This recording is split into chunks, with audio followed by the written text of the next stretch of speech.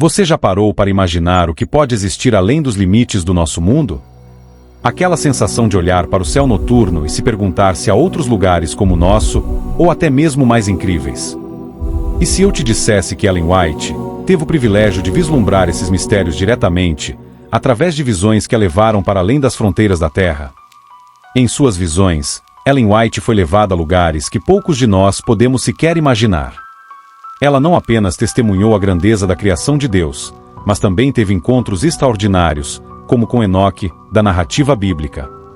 Sim, o mesmo Enoque que caminhou com Deus e foi arrebatado para não experimentar a morte.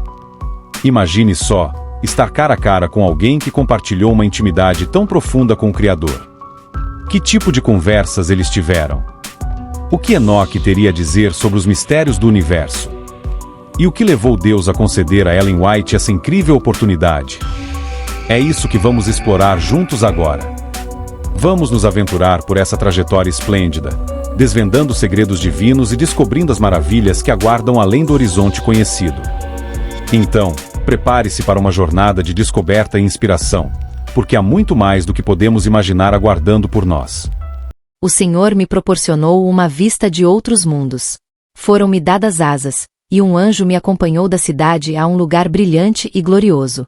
A relva era de um verde vivo, e os pássaros gorjeiam ali cânticos suaves. Os habitantes do lugar eram de todas as estaturas, nobres, majestosos e formosos.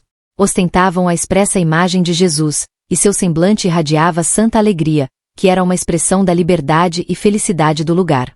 Perguntei a um deles por que eram muito mais formosos que os da terra. A resposta foi: vivemos em estrita obediência aos mandamentos de Deus, e não caímos em desobediência, como os habitantes da terra. Vi então duas árvores. Uma se assemelhava muito à árvore da vida, existente na cidade.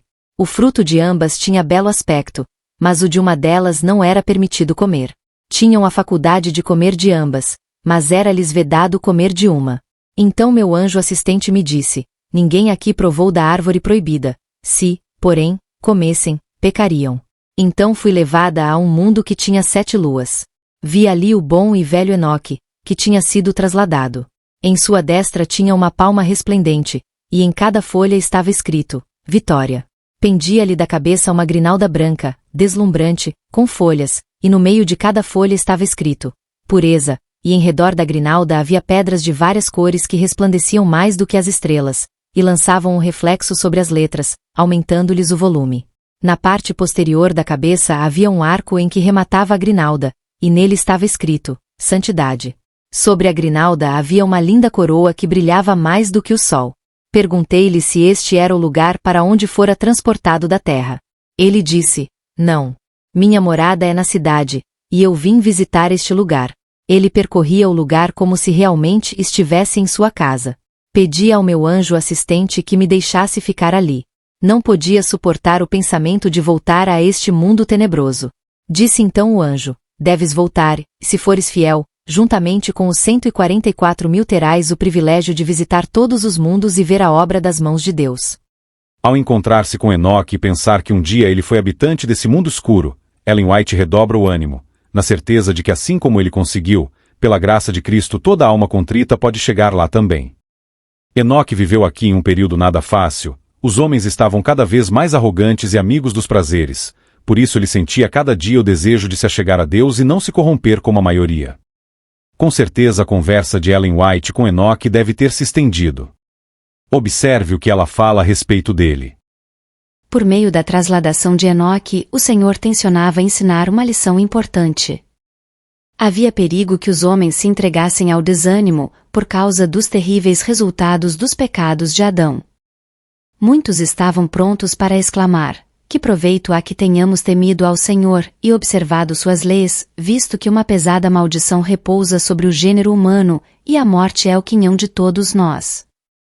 Mas as instruções que Deus dera a Adão, e que foram repetidas por Sete e exemplificadas por Enoque, extinguiram as sombras e as trevas, e deram esperança ao homem, de que, assim como por Adão veio a morte, viriam por meio do Redentor prometido vida e imortalidade. Satanás estava impondo aos homens a crença de que não há recompensa para os justos ou castigo para os ímpios, e de que era impossível ao homem obedecer aos estatutos divinos. Mas no caso de Enoque, Deus declara que ele existe, e que é galardoador dos que o buscam, Hebreus 11, verso 6. Ele mostra o que fará pelos que guardam os seus mandamentos.